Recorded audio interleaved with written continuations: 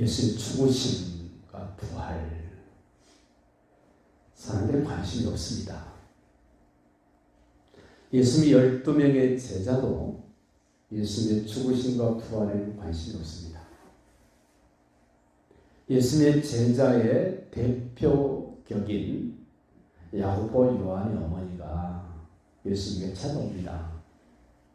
그 어머니 역시도 예수님과 죽으심과 부활에는 관심이 없습니다. 오직 내 자식이 대단한 사람 되는 거에만 관심이 있습니다. 그런데 왜 하필 예수님은 마태복음에 예수님이 예루살렘에 가셔서 고난을 받으시고 죽었다가 3일 만에 살아나셔야 될 것을 한 번도 아니요, 두 번도 아니요, 세 번씩이나 강조하실까? 예수님의 고난받으심과 죽으심과 다시 살아나시게 되는 것보다 더 중요한 일이 없기 때문에 강조합니다. 내가 하나님의 사람이라면, 내가 복음의 사람이요, 내가 진리의 사람이라면 일반 사람들이 가지지 못하는 그 일에 우리는 관심이 있어야 됩니다. 예수님의 고난받으심, 예수님의 죽으심과 예수님의 부활에 관심이 있는 사람, 하나님의 사람입니다. 특별히 예수님의 죽으심과 부활을 말씀하실 때 그 배경을 보면 왜 예수님은 죽으심과 부활하신 것을 왜 이 사람들에게만 말씀을 하실까? 하루 종일 예수님 쫄쫄쫄 따라다니던 사람들, 예수님이 불쌍히 여기셔서 500여의 기적으로 배불리 먹이십니다. 그리고 예수님이 제자들을 따로 데리고 가셔서 묻습니다. 사람들이 나를 누구라 그러더냐? 예, 어떤 사람은 에레미야라고도 하고 엘리야라고도 하고 세례 요한이도 하고 선지자 중 하나라고 그럽니다. 그래? 그럼 좋다. 너희는 나를 누구라 하느냐? 예수님을 쫄쫄쫄 따라다니던 제자들 3년쯤 됐을 때 지금 물으시는 겁니다. 제자들이 대답을 못합니다. 그러다가 베드로가 대표로 이야기를 합니다. 주는 그리스도시요 살아계신 하나님의 아들이십니다. 인류 역사 속에 최초로 그 말을 한 사람 베드로입니다. 베드로는 12명의 제자를 대표로 해서 그 말을 합니다. 그 말을 하자마자 뭐라 그럽니까? 내가 예루살렘 올라가서 대제사장들과 장로들에게 고난을 받고 이방인에게 넘겨져서 죽임을 당했다가 내가 다시 3일 만에 살아나리라. 여러분 신앙 고백을 하고 난 다음에 그 제자들에게 예수님의 고난과 죽으심과 부활을 말씀하세요. 신앙 고백을 한 사람에게 그것을 가르쳐 주십니다. 예수님이 베드로와 야고보와 요한을 데리고 변화산상에 기도하러 가십니다. 가셨는데 모세가 나타납니다. 엘리야가 나타납니다. 그들이 예수님하고 이런저런 이야기를 하고 있습니다. 베드로가 그 모습을 보고 너무 좋아서 예수님, 제가 초막셋을 지켰습니다. 하나는 모세를 위해서, 하나는 엘리야를 위해서, 하나는 주님을 위해서 제가 초막셋을 지켰습니다. 아마 베드로 자랑하듯이 했을 것입니다. 우리 주님 입장에서 생각해 보십시오. 16장에서 고백했던 주는 그리스도여서 살아계신 하나님의 아들이십니다라고 똑 떨어진 고백을 했던 베드로가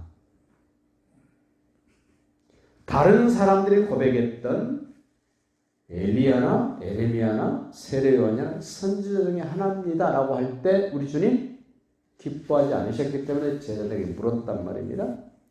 그런데 제자들의 대표격이었던 베드로, 야고보, 요한을 데리고 변화산상에 기도하러 가셨는데 거기서 베드로 한 말 기억해 보세요. 하나는 모세를 위해서, 하나는 엘리야를 위해서, 하나는 주님을 위해서 초막셋을 지켰습니다. 아니, 예수님이 모세하고 동급입니까? 엘리야하고 동급입니까? 그러다 하나님께서 조금 있으니까 모세와 엘리야는 언젠가 없어지고 예수님만 계세요. 뭘 가르쳐 주는 겁니까? 야, 베드로야, 너 마태복음 16장 21절에서 너 고백했지 않냐? 20절에서 너. 주는 그리스도시요 살아계신 하나님의 아들이십니다. 어디 모세가 그 자리에 있을 수 있습니까? 엘리야가 그 위치에 있을 수 있습니까? 안 되죠. 그래서 모세와 엘리야는 온데간데 없고 예수님만 남아 계세요. 구름이 와서 다 덮고 하늘의 음성이 들립니다. 이는 내 사랑하는 자들 기뻐하는 자니 너희는 저의 말을 들으라. 누구 말이야? 모세의 말이 아닙니다. 엘리야의 말이 아닙니다. 예수님이 뭐라고 말씀하시는 걸로 들어라. 바른 신앙 고백을 하는 사람들은 그 누구의 말을 듣는 것이 아니라 우리 주께서 하시는 말씀을 들어야 됩니다. 주께서 하시는 말씀 중에서도 특별히 내가 대제사장들에게, 장로들에게, 바리새인과 서기관들에게 많은 고난을 받고 죽었다가 3일 만에 내가 다시 살아나리라 하신 그 말씀을 너는 좀 새겨 들어라.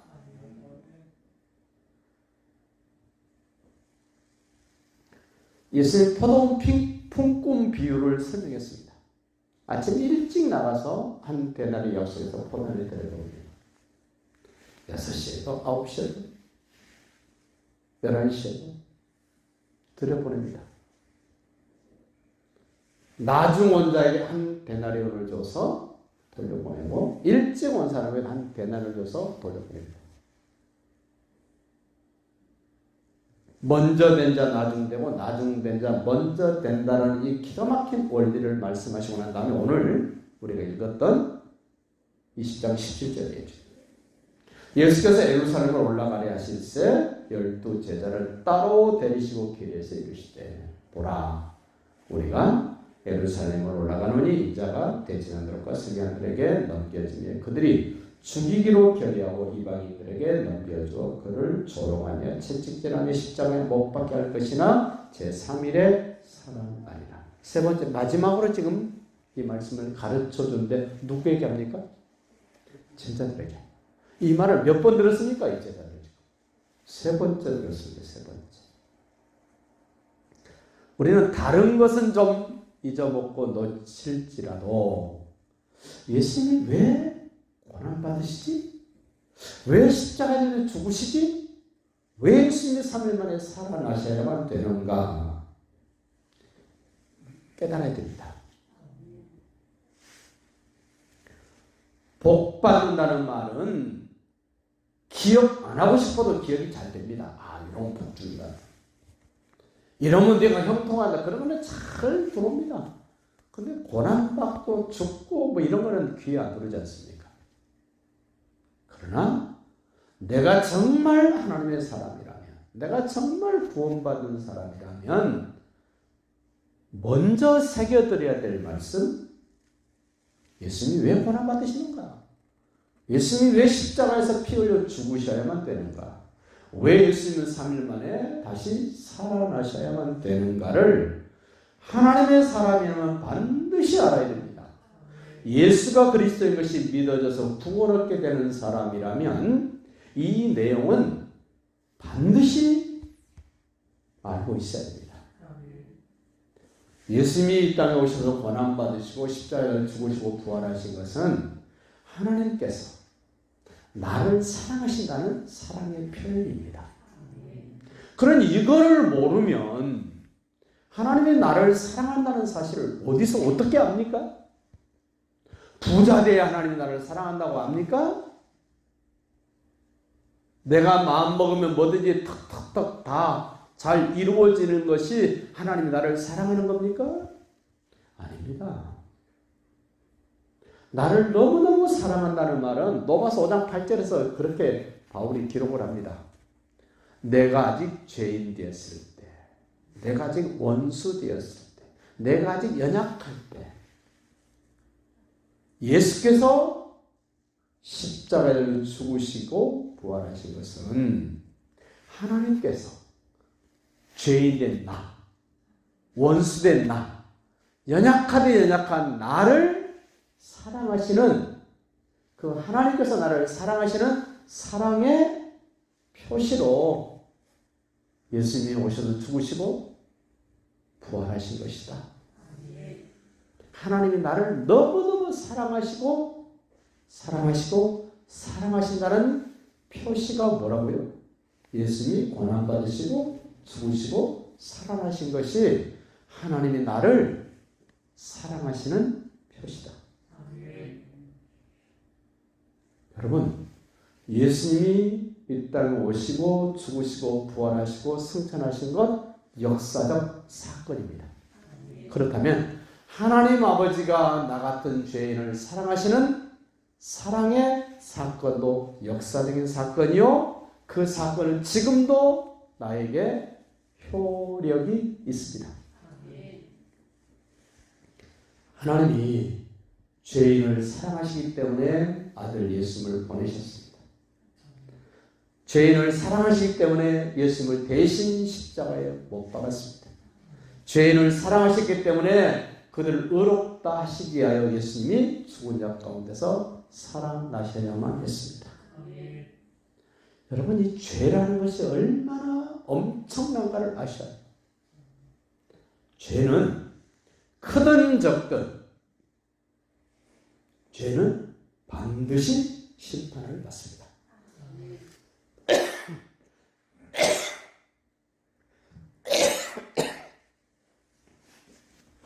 죄는 반드시 심판을 받게 되는데 심판의 결과가 뭐냐면 저주입니다. 저주라는 말은 지옥이라는 말이에요. 멸망이라는 말입니다. 하나님이 나 같은 죄인을 심판에서 저주에서 멸망받도록 지옥에 보내시기가 너무너무 안 돼서 하나님이신 예수님이 대신 나의 심판을, 나의 저주를, 나의 멸망을, 나의 지옥을 대신 담당해 주신 예수님의 사건인 것을 깨달아야 됩니다.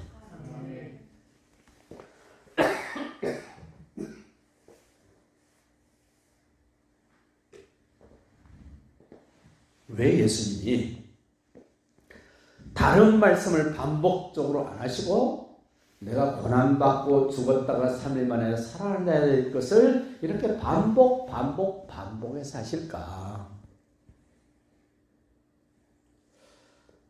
여기저기 많은 목회자 세미나를 가봅니다.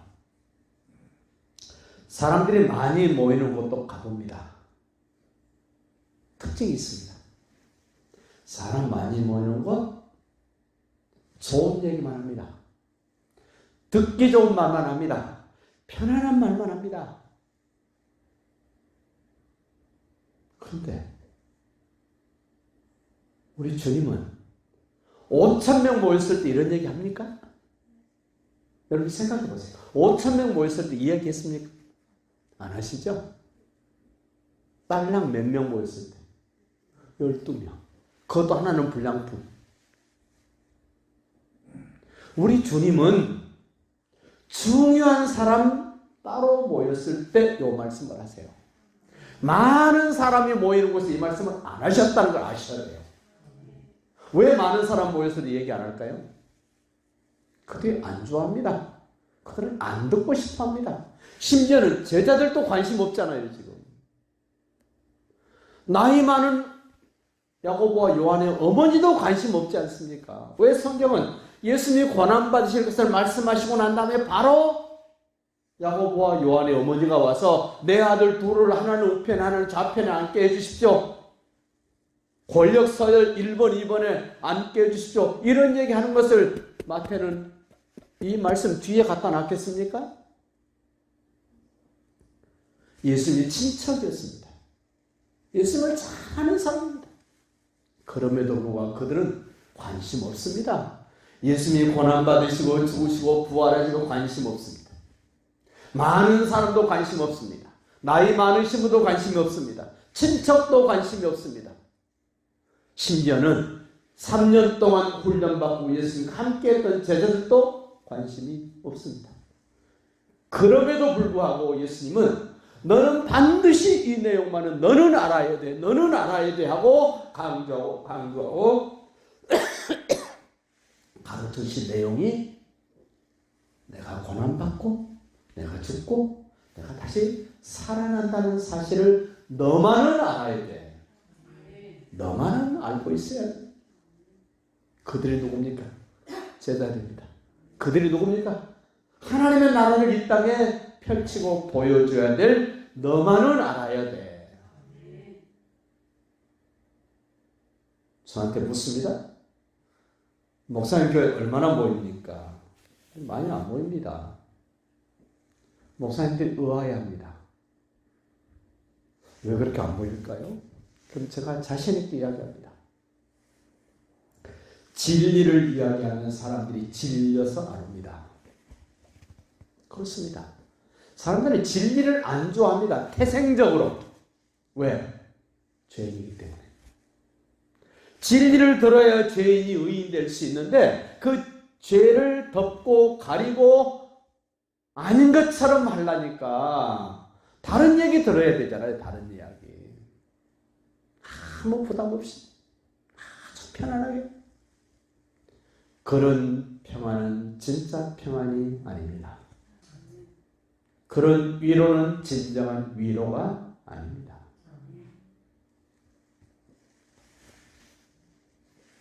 하나님이 나를 사랑해 주시는 증거이기 때문에 너 이거 알아야 돼. 사람들 다 하나님으로부터 사랑받고 싶어 합니다. 근데 그 사랑이 어디로 옵니까? 예수님의 고난과 죽으심과 부활을 통해서만 그 사랑이 내게 온다는 사실을 아셔야 돼요.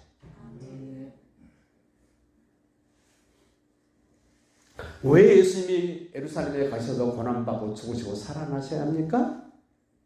하나님의 약속이기 때문에 그래요. 에덴 동산에서 그렇게 좋은 환경 속에 있었던 아담과 하와가 뭐가 부족합니까? 뭐가 모자랍니까? 완벽한 에덴 동산이었습니다. 하나님과 관계가 바르게 되고 하나님의 말씀에 순종만 하면 완벽한 곳이었습니다. 그런데 사단이가 찾아옵니다. 아담보다 훨씬 먼저 하나님을 거역하고 하나님을 대적했던 사단이가 아담에게 찾아옵니다. 하와에게 찾아옵니다. 하나님을 하나님 되지 못하도록 만드는 존재가 사단 말입니다. 하나님을 하나님 자리에서 끌어내립니다. 자기하고 동급으로 피조물로 하나님을 바꿔버리도록 만듭니다. 여러분, 하나님은 절대로 피조물 될 수 없는 분이세요. 하나님은 창조주세요. 근데 사단 마귀가 거짓으로 창조주 하나님을 피조물처럼 끌어내려 버립니다. 그 선악을 없애는 거예요. 여러분, 피조물이 선악을 딱 보면 제일 먼저 보여지는 게 누구냐면 하나님이세요. 아담과 하와가 에덴 동산에서 선악과를 딱 바라보면 누가 보여요? 하나님이 보이죠. 와, 저거 따먹지 말라 그랬는데 뱀이 와서 선악과 따먹고 없애버리면 이제 하나님이 어떻게 돼요? 안 보이죠. 뒤죽박죽 됩니다. 하나님이 하나님 위치에 계시다는 것을 확실하게 보여주고 알려주고 들려주고 깨닫게 하는 게 뭐였어요? 선악과였어요. 선악과만 쳐다보면 하나님이지. 나는 피조물이지. 여러분, 그 선악과를 따먹고 숨고 도망쳤던 아담과 하와에게 하나님이 찾아오셔서 말씀하시면서 하신 얘기 창세기 3장 15절이에요. 뱀에게 말합니다. 네 후손은 여인의 후손의 발꿈치를 상하게 하고 여인의 후손은 네 머리를 상하게 할 것이다. 내가 여인의 후손을 보낼 거야. 근데 그 여인의 후손은 반드시 피 흘려 죽어야 돼. 마치 아담과 하와에게 어떤 짐승을 잡아서 가죽옷을 입혀주신 것처럼 피 흘려 죽는 짐승의 희생이 있어야 가죽옷을 입혀주신 것처럼 예수님이 여인의 후손으로 오셔서 죽으셔야만 나의 죄를 해결하고 나를 의롭다 할 의의 옷을 입혀주기 위하여 예수님이 오셔서 죽으시고 부활하셔야만 되는 하나님의 약속이기 때문에 예수님이 제자들에게 이걸 가르치는 거예요. 왜 이렇게 세 번씩이나 가르칠까요? 하나님은 약속하시면 반드시 지킨다. 여러분, 누가 약속하면 어떻게 해요? 지켜야 됩니까? 안 지켜야 됩니까? 지켜야죠. 회사를 경영할 때도 약속하는 사람 약속 지켜야죠. 옛날에는 약속어미라는 게 있었죠. 요즘도 있나요? 요즘은 안 쓰죠. 옛날에 약속어음 받았다 그 약속 안 지켜서 휴직으로 된 사람들 얼마나 힘들었습니까? 약속을 안 지키니까. 약속 안 지키는 게 뭐예요? 거짓말이죠. 그래서 계명에서 뭐라 그랬어요? 너 이웃에게 거짓증은 하지 말. 거짓말하지 말라는 거잖아요. 하나님이 거짓말하면서 우리 보고 거짓말하지 말라 그럽니까? 하나님은 거짓말을 할 수 없는 분이세요.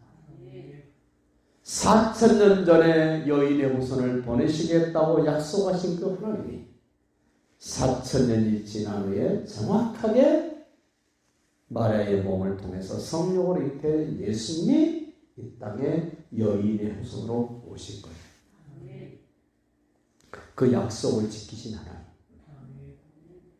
그 하나님이 약속을 지키시기 위하여 예수님을 보내셨는데 다른 사람은 몰라도 하나님의 나라를 위해서 하나님의 영광을 위해서 일해야 될 사람들은 하나님 아버지라는 분이 얼마나 약속을 철저하게 잘 지키시는가, 그분이 말씀하시면 반드시 지키신다는 확신을 갖도록 하기 위하여 제자들에게 한 번도 아니요, 두 번도 아니요, 세 번씩이나 이야기했어요. 오늘 여기 오신 여러분도 한 번도 아니요, 두 번도 아니요, 세 번도 아니요, 몇 번이나 들었어요? 수차례 많이 들었습니다. 왜? 하나님이 나를 사랑하신다는 걸 알게 하기 위해서. 하나님은 약속하시면 반드시 지키시는 분이라는 것을 알게 하기 위해서. 그래서 한 가지 더 생각해 보십시오. 예수님이 죽으시고 부활하시고 난 다음에 승천하십니다. 승천하셔서 뭐라 그럽니까? 몇 날이 못되어 내가 성령을 받게 될 것이고 내가 가서 너희의 처소를 예비하면 내가 다시 와서 너희를 나 있는 곳으로 데리고 갈 거야. 약속하셨습니다. 그러면 그 약속 어떻게 한다고요? 그렇지. 하나님이 약속하신 것을 지키신다는 것을 확신 갖도록 세 차례씩이나 강조하셨던 하나님이 내가 승천와서 다시 너희들의 영원한 처소를 예비하고 내가 너희를 데리러 온다고 말씀하신 이 약속도 하나님은 어떻게 하신가요? 지키신다. 누가 그거 믿습니까? 제자들은 믿습니다. 지금 세상은 어떻습니까? 예수님 다시 온다는 약속. 심지어 예수가 하나님 아들 그리스도라고 지금 믿고 예비하는 사람들조차도 예수님의 재림을 어떻게 합니까? 안 믿잖아요, 저는.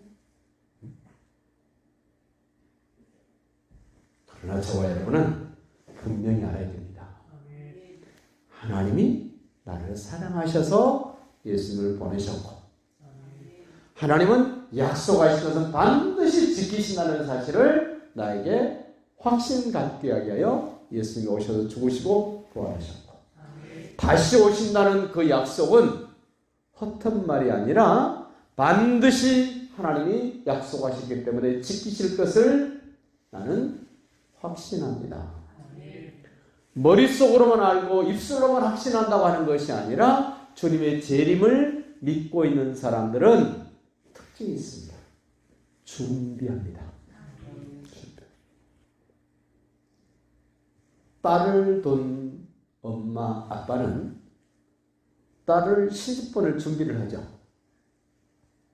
아들, 딸을 둔 부모도 장가보낼 준비 안 합니까? 준비합니다. 성경은 결혼 비유로 우리가 예수님을 기다리는 것을 설명을 합니다.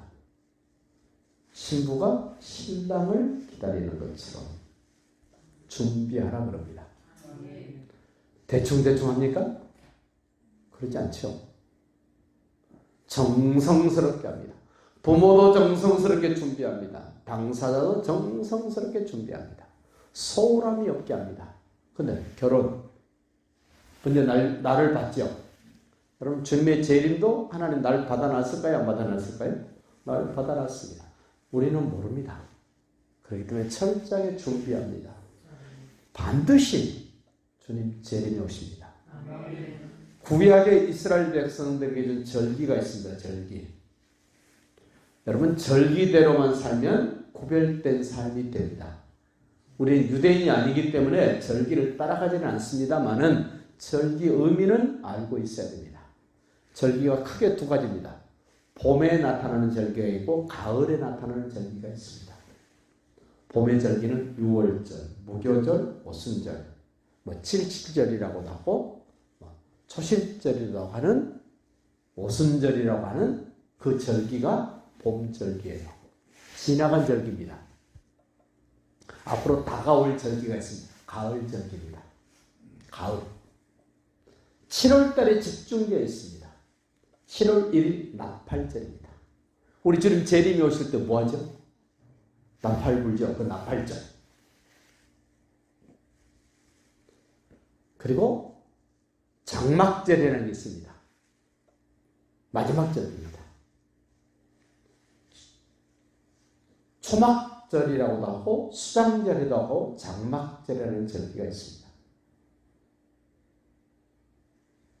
그리고 7월 15일이 되면 민족 대속죄일, 대제사장이 하루 한 4차례 정도 지성소를 들락날락거리는 대속죄일이 있습니다. 이 가을절기입니다. 우리에게는 남은 가을절기가 있습니다. 우리가 기다리고 있는 절기가 있습니다. 주님의 재림을 나타내는 나팔절이 기다리고 있고, 우리가 알곡되어져서 하나님 나라의 곳간에 들어가게 될 그 수장절이 우리 앞에 있습니다. 구약의 절기에서도 지금 이걸 이야기하고 있듯이 신약시대를 살고 있는 우리도 예수님의 재림의 나팔을 기다리고 있습니다. 그리고 하나님 나라의 알곡으로 탁 들어가는 그런 아름다움을 우리는 기다리고 있는 하나님의 사람들입니다. 정리합니다. 왜 예수님은 많은 사람이 모였을 때 내가 예루살렘에 가서 고난을 받고 대장과 장로들에게 그리고 이방인들에게 넘겨져서 내가 죽었다가 3일 만에 살아내야 될 것을 그 많은 사람 앞에서 말씀하지 않으시고 12 제자들에게, 그것도 신앙 고백을 한 12 제자에게, 그리고 하나님 나라를 보여주는 것처럼 변화산상에서 변화된 예수님의 그 모습을 본 그들에게, 그리고 포도원 주인의 주권을 인정할 수밖에 없는 그 포도원 품꾼 비유를 통해서 먼저 된 자 나중되고 나중된 자 먼저 된다고 말씀하신 그 이후에 제자들에게 이렇게 말씀을 하셨는가를 생각해 볼 때 예수님의 고난, 죽으심, 부활은 아무나 알 수 있는 것이 아니고 소수의 무리일지라도 중요하게 하나님이 여기는 사람들, 하나님의 나라를 위하여 전적으로 헌신하며 살아야 될 사람들은 반드시 알아야 될 내용이기 때문에 제자들에게만 이 말씀을 하셨다. 소수의 무리에게만 이 말씀을 하셨는데 오늘 나에게 이 말씀을 주셨다는 것은 하나님이 나를 어떻게 생각하신 거예요? 소중하게. 나를 사랑한다. 내가 너하고 약속하면서 반드시 지킨다. 앞으로 약속한 것도 내가 반드시 이룬다는 것을 확신하도록 이 말씀을 주신 줄 믿고 힘을 내셔서 담대하게 주님의 영광을 위해 살아갈 수 있는 우리 모두가 되시기를 예수님의 이름으로 축복합니다.